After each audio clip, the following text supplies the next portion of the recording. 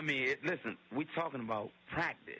Not a game, not a game. If you're looking for the best basketball talk in the universe, you just found it. This is DeepHoops, where fans are the host. Tim Brayboy, Troy Ramel Royal, and me, your point guard, Jehudi. We're talking basketball, all basketball, and nothing but basketball. So sit back and enjoy the best basketball talk in the podcast universe. This is DeepHoops. I am the minister. I am Tim. And I'm Rob, the straw that stirs the drink. And we are back, baby. Deep Hoops is back. What's going on, man? It's been a long off season, baby. Long off season. All right. What's going on? Hey, we have a special show ready for you tonight. A very special show. And we're going to have an appearance from my godson, Keith Xavier Eccleston, is going to make a special appearance. But guess what? As much knowledge as he normally could bring, and he's always feeding us back via Facebook Live, he's not going to like his appearance on Deep Hoops tonight. But we're going to show it anyway. We are going to talk about the NBA season. It's already started, and it's popping.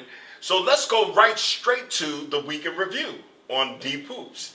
We always say that we're not experts, but we're passionate fans talking about the game that we love.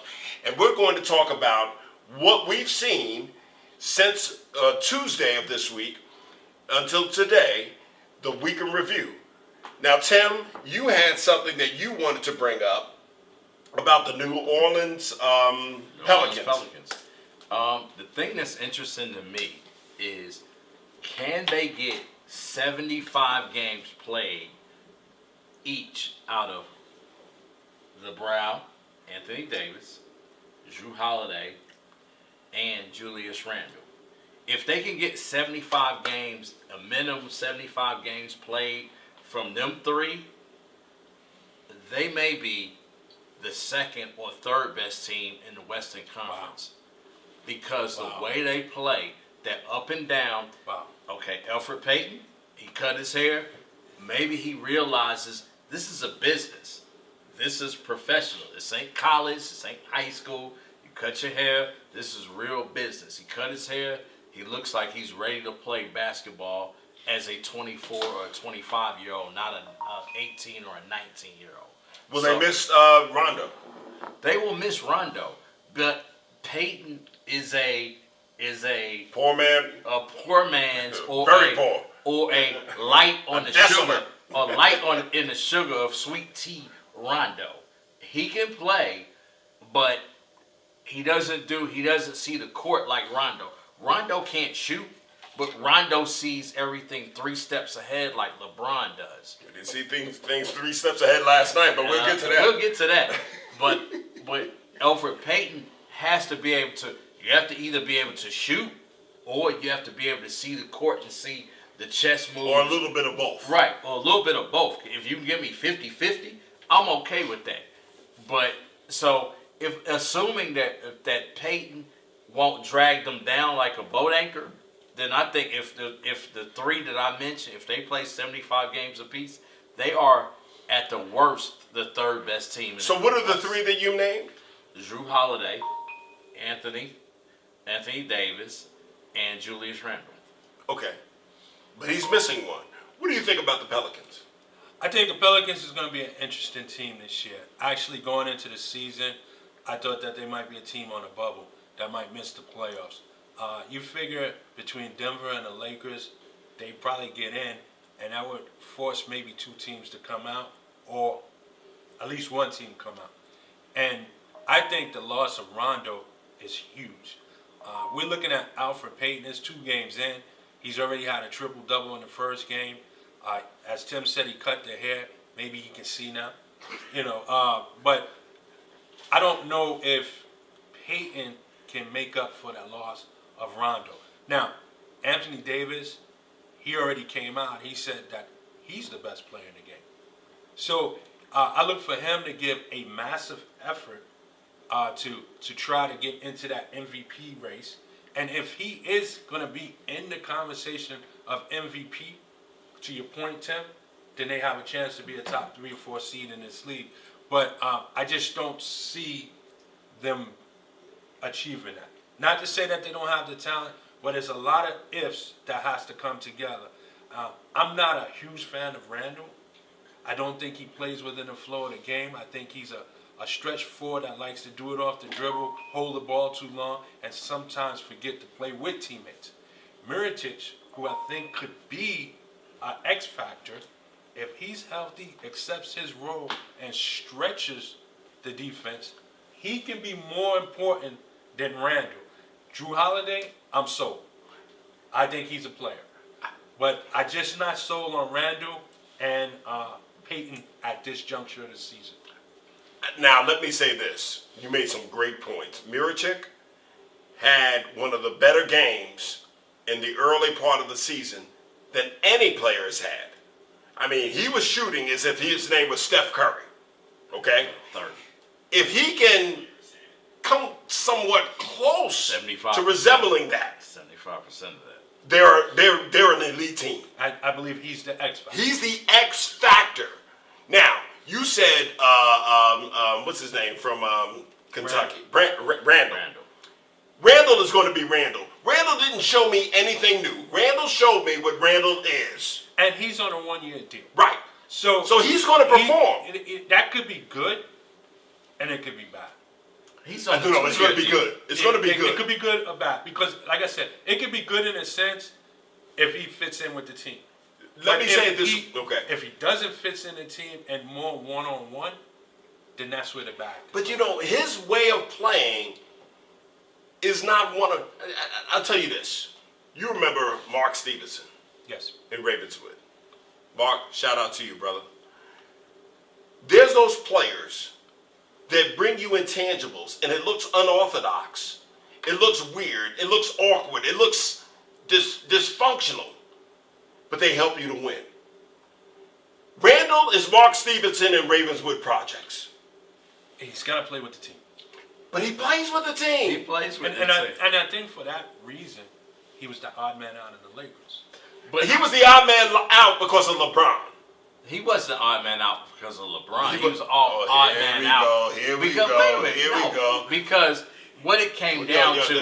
Hold on, where's the paper? Oh, here you go. I gotta wipe that LeBron doodle off your Yeah, lips, wait, man, 'cause here you be you go. kissing his butt. Here you go. Okay. This is what happened. You know they had to sign KCP again because he the one that brought LeBron. He gave the intel to LeBron to, okay, this is a good organization. You can come on. Because he represents, he's represented by LeBron, by Clutch. By Come Clutch on, man. slash Wipe LeBron. Wipe it off your Okay, lips, man. but I haven't finished yet.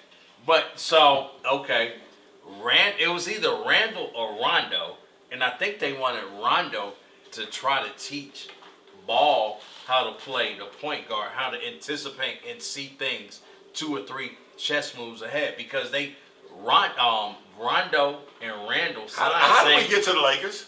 Rondo and Randall signed the same deal, a 2-year deal. Both of them is really a 1-year deal for $9 million a year. Both of them signed the same exact deal for different teams. So do you want Randall? If you're the Lakers, I personally wish they would have stuck with Randall, because Randall in small. If I'm gonna play small ball 5, I'd rather beat up somebody who ain't gonna be with me next year. Let him get beat up playing center than all the guys. And he was able to do it last year. Right, all the guys are, man, some of these guys I want to keep. I want to keep Kuzma and Hart and Ingram, but they too small to play. Randall kind of bulky, even though he's 6'7". Randall would have been the perfect small ball 5 if I want to play small ball 5. So, All right, but we're getting to the Lakers. With the Pelicans, I think that Randall is going to pay dividends. I agree. And it's so much so, they're going to look to re-sign him next year. So much so, I agree with they're going to look to re-sign him next year. That's interesting, because that's saying if you re-sign Randall, what's your ceiling with Randall, Brow? Brow's going to be gone. Not next year, but Brow's gone. But So you have to start. You have to start. Randall has proven himself as a strong player in the NBA and will continue to prove himself. And if the Brown leaves, which I anticipate that happening, at least you have some nucleus to build from. But you really only have Randall, because if Brown leaves, you trade Holiday and you trade Mirotic because they're attached. Those three are attached to the Brown. December 15th, if I'm the New Orleans Pelicans, I'm putting together a package, including Randall, to the Timberwolves, and I'm getting Jimmy Butler. Okay, so what's your package? And it's going to center around Randall, because they could use Randall over there to replace Taj Gibson once his contract run out. And because what they need is a wing. They don't need Randall and Mirotic because they kind of play the same position. And they need a wing, someone that can go out there and play that three. If Peyton emerges off of this opportunity, they need a wing player. I think Mirotic is better than Randall at this point. Randall might have a better upside down the line and potentially better for New Orleans. Right, but I think Mirotic is better suited for New Orleans. Yes, okay. Because he's kind of like Turkoglu when he was there with Dwight in Orlando. Except for he doesn't handle as well as Turkoglu, but he can play the post and he can shoot from the outside. But if you bring Jimmy Butler over there to play the defense along with Drew Holiday and play a wing position, that could keep Anthony Davis in New Orleans. Okay. Well, I mean, that's not a bad deal because Anthony Davis is not going to be punked by Butler, and we're going to talk about Butler. I am, at least, a little later on in the show. So we'll move on. I love that trade, and that's going back to Rada GM. We're going to have that feature again this season, and we're going to have some special features this season. But Rada GM is going to make it into the next season, this season, because Rada GM is one of my favorite segments of our DeepHoops show. But let's move on. We were watching a basketball game, and a fight broke out. I mean, I haven't seen a fight like this, and I'm not trying to make it sound like I'm looking for fights in the NBA. But yo, Dan, that was entertaining. They threw punches. It was better than the Pacquiao and Mayweather fight. I mean, more haymakers were thrown. Now they didn't connect, but it was a lot of action. It really had you talking the whole day today, Sunday, about what happened, what suspension. Did he spit? I believe so. No, I believe what okay, happened. all right, hold on. Let me rephrase that question before you answer it because he jumped in there so quick. Did he intentionally spit on Chris Paul? No, I believe so. I don't think so. I think he has a juicy mouth. He ain't got juicy mouth. He's a little orange, when you get the name with orange. Little juicy lips? Yeah, you get all that juice in. So I think he has that, and he got the yell. When you start yelling at and that mouthpiece in your mouth? Yeah, mouthpiece in your mouth. So he spit. A little spit came out. A spit is, an intentional spit is spit. That he didn't. And they slowed it down. Yeah. I ain't even see nothing. Right, I think. Sin is sin. No. Don't go Jesus on us. Yeah. Right. I think what happened. Good take. I think what happened was. Let me chime in here for a minute, man. First of all, I want to shout out the viewers that's out there. Shout out to my son. He's watching. Because of you, I want to talk about the Lakers. You talk about something that stood out. I'm going to talk about the Lakers. I watched a couple of preseason games. I watched now the first two games of the Lakers. And I'm going to tell you something. This is a work in progress for this team. I don't think this team is... Well, hold on, Rod. I know you're talking to your son. Let's talk about the fight, and then we'll get to the Lakers. Let's talk about the fight. The fight was the fight. Come on, but what was the fight? You said he spit. I haven't seen a punch like that since Chris Childs hit Kobe Bryant. Come on, why you got to go there, man? Because that's where it went. That was the last two piece. Rondo threw a that was the last two piece. Chris Childs came with an uppercut and another shot behind it, and then you had Brandon Ingram come running down there. I don't know what he was thinking about. So the suspension is 4 games for Brandon Ingram, 3 for Rondo, 3 for Rondo, and 2 for Chris Paul. Do you think that's fair? Chris Paul getting the only 2. You know what?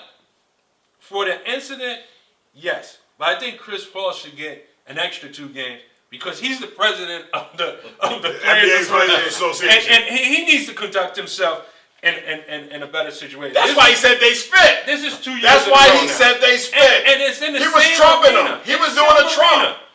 He must got something against State. No, he was doing a It's in Trump. the same arena. He was doing a But- Trump because what he said is he spit on me. Everybody in America will sympathize. No one wants to be spat upon. But- So he said that to justify his poking them in the face. The video showed that he The video showed nothing. I saw it slowed down. I saw it myself. He The didn't- jaws was moving. You saw a little something, and You he wiped didn't, wait a his minute. face. Did you see a little something? Hey, Did you see a little something? I didn't see a lungie like he said. You didn't see I didn't see a nothing. lungie. But You didn't see but I nothing. saw him wipe his face. You saw him wipe his face. That was him Then give him- trumping. He was Give him an trumping. Oscar. Yeah. Give him an He was Oscar. trumping. Yeah, He played in LA. But the NBA said that he spit, and that's why they gave him the 3 games. They said he spit. I looked at the slow down video. Maybe didn't they spit got better coverage. I don't know. Well, then they need But- to show that to me. But they I ain't seen no they spat. handed out the suspension. No spit, based no off spat. of their review of him spitting. He didn't I ain't seen no spit, no spat. No spit. No. No Shout out to spat, my cousin. no foul. How you doing? So, Everybody joining us out there on Facebook Live. Let me tell you something. Beefy's coming up. so Beefy's coming up. I just want to talk about the Lakers for a second because it stood out to me. You know, I was critical of the acquisition of LeBron, saying that he did not go there to win championships, and I still stand by that. I think he went there for an afterlife. And as you can see, he's on Showtime, he's on HBO, he's doing everything right now. But to the game itself, the way that team is constructed and configured, they're going to make the playoffs just because. But they're going to struggle to get to the playoffs. When I watch this team, first of all, LeBron James has never played with a ball handler that does what he does. That does what he does. He's never played with a point guard that is capable of having more assists than him. He's used to the Mario Chalmers that gives him the ball at half court and kind of runs around underneath the basket and finds himself an open shot in the corner. The Mo Williams of the world. The only player that ever challenged him was Kyrie Irving. And that's because Kyrie Irving, it comes out later, he never wanted LeBron to come back. So he challenged him. But in the case with Rondo, LeBron, and McGee on the court at the same time, to me, that's not going to work. So I just said that your premise was flawed. And let me tell you, well, before I finish that, before I say why it was flawed, finish your comments. Well, I believe that the second unit, and it's funny how this goes, the better scorers may be in the first unit, but the second unit has the better shooters. And as we were saying in our production meeting, I don't think that LeBron will win MVP. The only award that will be given out that is an individual award for the year on this team is going to be most improved player for JaVale McGee. I think McGee is going to have 15 and 9 with like 3 blocks a game. If you watch him, whether it was he always had the talent or simply he learned something from being in Golden State, McGee is a solid player in a right situation. And the one thing about the Lakers, if you shoot 3-pointers with them and you miss that long rebound, they're gone. You're not going to keep up with them in the fast break category. And McGee, he may be 7 feet, but he run as quick as any guard. And with those long strides, and he's a great finisher. You know, you don't want him shooting anything or posting up and trying to do something. But on lob attempts and running out on a break, yeah, so far he's averaging 15 points a game. He's averaging about 3.5 blocks. If he gets anywhere between 20 and 25 minutes, this guy And he will be a most improved player candidate. And he will, and I can see that. I don't know about most improved because I think his most improved came when he went to Golden State. But you're saying more improved. Well, even so, more stats improved. is going to show. Right, because more improvement. Because he didn't get the minutes over there that he's going to get in LA. And here's the thing. Tim and I were talking. They don't have another big man to really back him up. They're going with Kuzma. Right. Is their small, and you know what? They built that around Golden State but that's not going to be sustainable against all the other teams out Because there. there are enough too many. They do have Mo Wagner, who is injured. Injured, right? We talked about that. Who's actually a solid player, in And he college. can stretch. And he can stretch. So yeah. it remains to see what he does on the That's NBA. a big. Right. That's a big jump from Right. being a role player in college to being a significant role player. in the pro. Significant, but I think he's going to be the one that's going to stretch the court, and he's not going to be the rim runner that McGee is. But they're going to go to a different style of play when they put him in out there because he's going to stretch the floor. And honestly, more than a rim runner, depending on the lineup, they're going to need someone to stretch the floor because they don't have enough. They don't have enough 3-point shooting. Near enough. And to me, one of the guys that really have to step up on that team, and he's more inconsistent than J.R. Smith, and that's Caldwell Pope. I mean, he really has a touch from the outside, but he's just too inconsistent. And the beautiful thing about it is that your shooters and your big men is only as good as your point guard. And you can't ask for a better point guard combination than Rondo and Ball plus a willing passer and LeBron. But and let me just say, because you talked about LeBron earlier, and I had to make a note. What you said, and the general consensus is looking at LeBron for his past, 15 seasons? Yes. Okay? This is a new LeBron. I think LeBron knew coming over here, he can't be ball dominant. The ball's got to move because they're playing at a faster pace. And you can't dribble. Not in this game because they don't have the shooters for that. So what they're trying to do is double the possessions on a team. You shoot threes, but we're shooting 2 twos, high percentage twos. So that's going to be 4 to your 3. If we can increase the amount of possessions at a faster pace and play defense, we're going to negate some of your threes and we're going to make it up because of the fast pace, and we're going to make 2 twos to your 1 3. Now, before we move on, because I'm sure you want to get to the next topic, but there's one thing I want you guys to monitor. You mentioned it about New Orleans, the 75 games with Anthony Davis, Randall, Drew Holiday. I'm telling you now, LeBron James is not playing 75 games this year. No, not at this pace. He is not. And that's going to be a factor with this team. I watched the games. By the second quarter, he's lost 10 pounds already. I've never seen him so drenched. And Rob, I agree. I don't think he can sustain this. He won't sustain it. But here's what they're trying to do. Get everyone understanding the system. And you're going to need 20 to 25 games to get everyone to understand the system and to gel as a unit. Then you can start spotting LeBron games here and there because the system is in place. Everyone knows the system, and the system, listen to me, is not going to be dependent and dominated by one individual. That was the problem with Cleveland. Right. That's why they always, when he sat, they fell. They felt like it wasn't even a loss. Right. It was like they didn't even have a chance to win the game.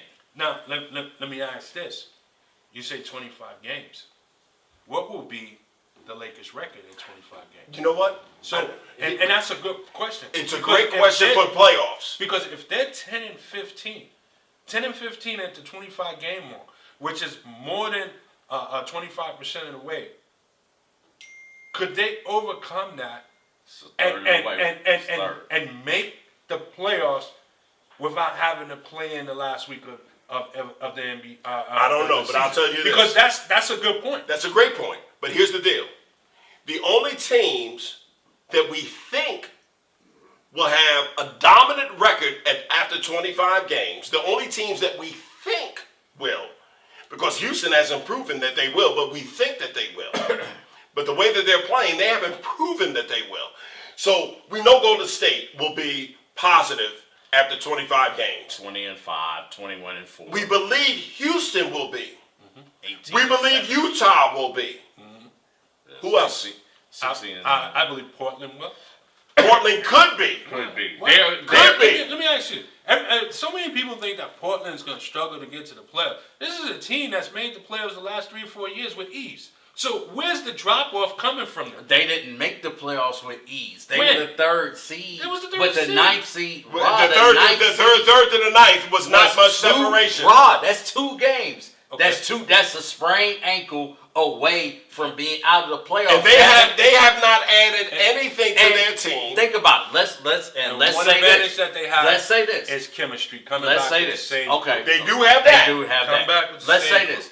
It was 2 games separated between the 3rd seed and the 9th seed, and Jimmy Butler missed 22 games. So let's just say, for kicks and giggles, if that was Damian Lillard that missed those games. 22 games, do you think who's the better bet, Butler or Lillard?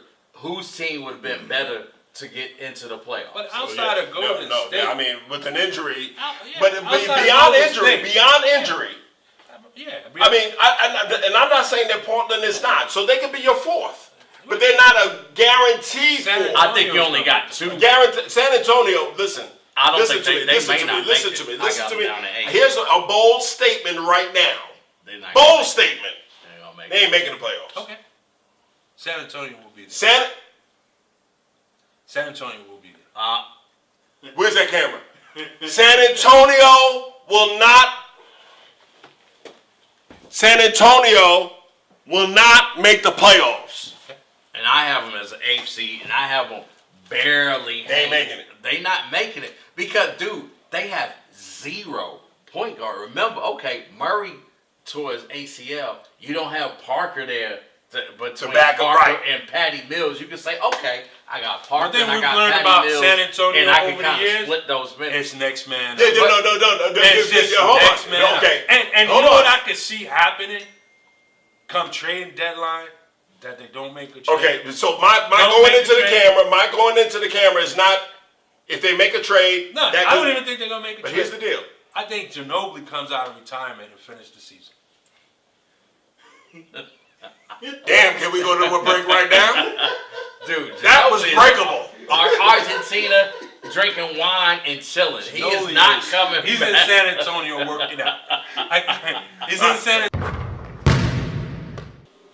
You know, there's been a lot that has happened in the season, in this, not even a week into the season, but it bled over into the preseason. Jimmy Butler. What team is best suited for Jimmy Butler? Rob? It's a loaded question because if he wants to be traded for the money, it's got to be a team with the cap space. And that's why he mentioned New York. He mentioned Brooklyn. Because his presence on those 2 teams don't guarantee playoffs. And going further, it would take another person to come along with him. So if it's about the money, yeah, New York and Brooklyn. But if he's looking to maybe get a chance to go to the finals, Philly would be the answer. Right. Philly would be. All right, so what's your trade? I would think maybe Covington and Fultz for Butler. I think that's the move. And to me, when we get into our predictions, to me, that's why I have Philly sliding back. Because I don't think Philly did anything in the off season to make a leap in the East. Okay. All right, so Philly for you, who's your team that's best suited or the best team for Butler to go to?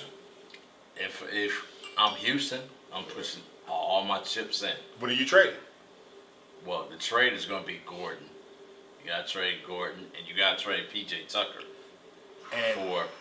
And that Houston be a fool. And that's the do thing. They'll trade. Tucker is a non-starter, and it's crazy to think of someone who wasn't. Well, he was a low first-round pick and out of the league for 5 years, playing in the G League and playing overseas. That he is a. I don't want to get and acquire a top 12 player, but I got to lose a key core. He's not even. Tucker isn't even a top 100 player. He's a glue player for that team. It would be though. I would be interested to see how this thing goes when we get to, because Butler's in Houston. I mean, Butler's in Minnesota for the foreseeable future. But how this thing goes, the longer it goes, the closer you get to the trade deadline and the All-Star break. Does Houston say, you know what? I'm pushing everything all my chips to the table, and I'm going for it this year. It's funny. Houston lost Barbute. Mm-hmm. They lost Ariza. Mm-hmm. Can't afford to lose Tucker. And they traded Ryan Anderson for two players that they're not even using. And I thought maybe, Anderson didn't play though. But I thought maybe Marquise Chris and Brandon Knight would be useful. Knight is And hurt. they brought in Melo and they brought in Michael Carter Williams. Melo is going to be Melo. He's going to be up and down. He's going to have some good nights and he's going to have some bad nights. Michael Carter Williams is a shell of his rookie of the year's campaign. He's no longer a player. If Houston was to acquire Jimmy Butler, they would have to strengthen that trade where they can include Jeff Teague coming back. Because their bench will be suspect by trading 2 for 1. They would have to get a second player back that can either score or can play defense. They don't have a point guard to give Minnesota. Well, let me say this. Yeah, they don't have a point guard. Michael Carter Williams. I'm not giving. I'm and gonna say I this. hang up on you. You say he's a wash. I say it's too early in the season to call Michael Carter Williams a wash with Houston. And hold on. They picked him up. Everybody is building their team around what they have to face with Golden State. Right. They picked him up as a tall, big point that can play Livingston And when they play Golden State. at times he resembles Livingston. Right. When you think of him, when he just doesn't produce. Let's see him get into the one thing that we could say about D'Antoni is he makes stars out of guards. He will do something with Michael Carter Williams that no one has been able to do. That's the first thing. You said up and down with Carmelo Anthony. Carmelo Anthony has to get used to his position. They should start him. I would start him, as Paul Pierce said, start him and then pull him out and then let him get the minutes with it. But at that point, he will get in some sort of a rhythm. You feature him early, you pull him out, and then you really feature him with the second unit. I agree with that. And they need to put Carmelo near the elbow and stop putting him at the 3-point line. Yeah, I hate seeing him posted at the Melo 3-point. is one of the game's best in history in mid-range jump shot. So But you remember, take that thing is but you're taking three him is out better of than that two. right. You're taking him out of his element. But you know what? I think he will pull people in to make the 3 easier for someone else. Right. So you play him in the post because Capella is not a post player anyway. No. You play him in the post, he can play the post. I don't care who you put him up against. If you have a small forward on him, he's going to dominate him. If you have a big forward on him, he's going to dominate him. Carmelo in the post. Now, the key is going to be him passing out of the post and not becoming a black hole. When it goes into him, it doesn't move. This is my godson right here. This is my godson right here, Beefy. And he's here for a very special reason. We're at our closing comments portion of Deep Hoops. So Ra is going to go first with his closing comments. Ra? My closing comments is going to center around a comment that we've talked about in the past.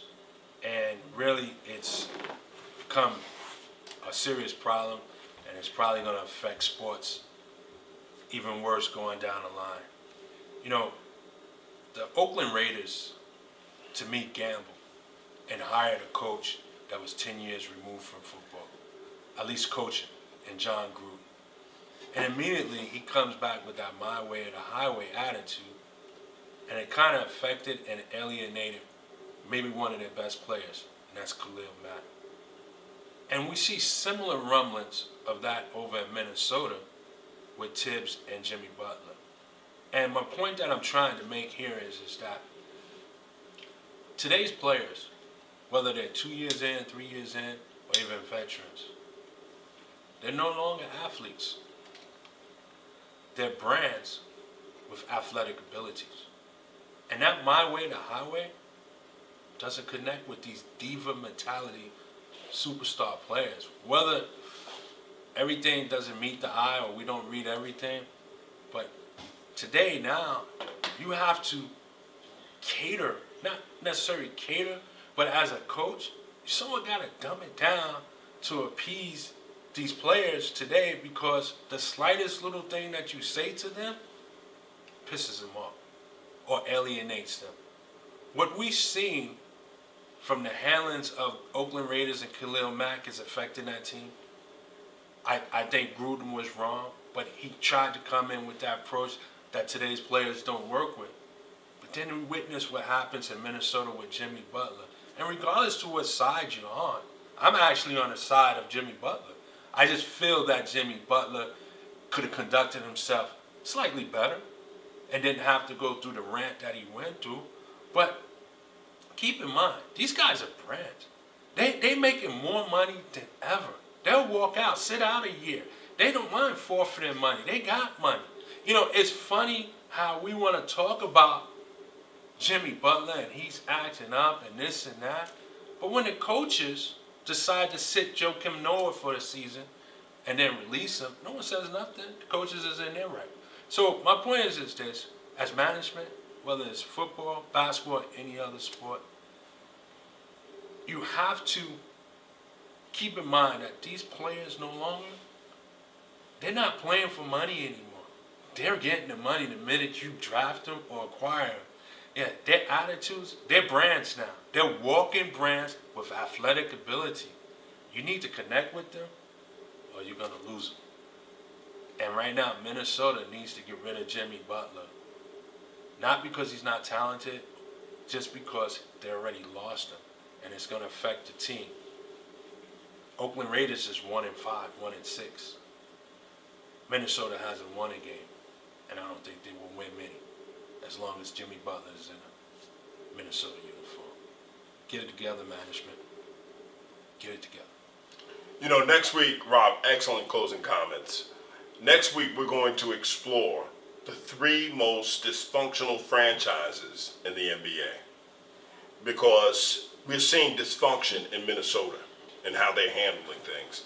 And dysfunction doesn't lead to, not only does it not lead to winning, it does not lead to recruiting. And in Minnesota, in a cold area, a small market, you have to do everything to show that you're going to be a winning organization. And dysfunction does not show that. So they couldn't recruit when Garnett was there right. in his heyday. Right. They had to trade for Cassell. They had to trade for Sprewell. And yeah, I mean, their dysfunction is almost like Beefy's bet with me. I'm going to leave Wave to you guys. No, stay here. I want to watch this. You want to watch this, okay. So, we have Beefy here because Beefy is a Giant fan, okay? And even though DeepHoops is about basketball, we're more about sports than just basketball. And so Beefy bet me at the beginning of the season that the New York Giants would beat the Dallas Cowboys. So I said, you know what? I had started growing a beard, and I said, I'll tell you what. If Dallas wins, no, he said this. He says, if Dallas wins, I will shave my beard.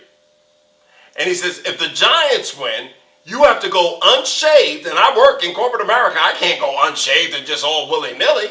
But he said, you would have to do that until the next game. And the Giants' last game is with the Dallas Cowboys, right? Week 17. Week 17.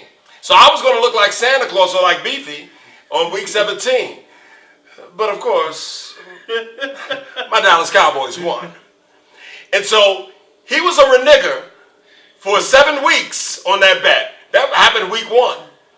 And so go week 2. No, week 1. That was week 1. That was the first game of the season. Y'all lost to Carolina week 1. Oh, that you're right. All right, week 2. Okay. And so what happened was, I said, you know what, Beefy? Let's make this bet a little interesting. You got to shave. I bet you that the Dallas Cowboys will beat the Jacksonville Jaguars. And if I win, you have to come on DeepHoops. And I shave you live on Facebook Live. Dallas won.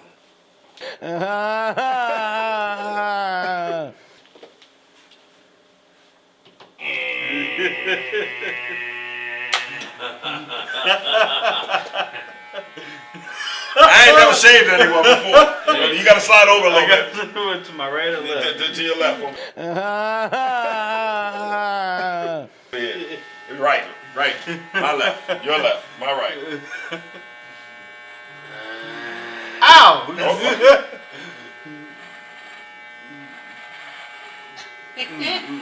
Wow. I better put a shear on so I don't hurt him. This is fun, Facebook. And all the people that are watching through the World Wide Web that will be seeing this when we post the podcast, he's going to finish the shave. I'm just going to get all of this Santa Claus off. How long you been growing that, Beefy? 2 years. Wow. 2 years. And that's what the Giants will do to you. Like they say, can't spell Eli without spelling eliminated. Yes, he's eliminated.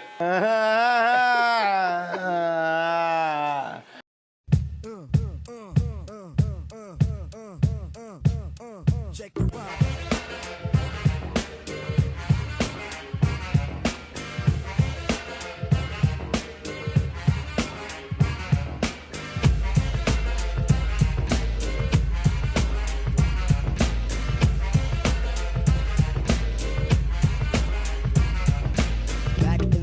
On the boulevard, I landed. We used to kick routine. If he has another bet, we're going to have him do it right here live on Facebook Live. For Tim Brayboy, the straw that stirs the drink, Ramel, Troy Royal, I'm the minister. We'll see you next week right here on Deep Hoops, where we're not expert, but we're passionate fans talking about the game that we love. Peace.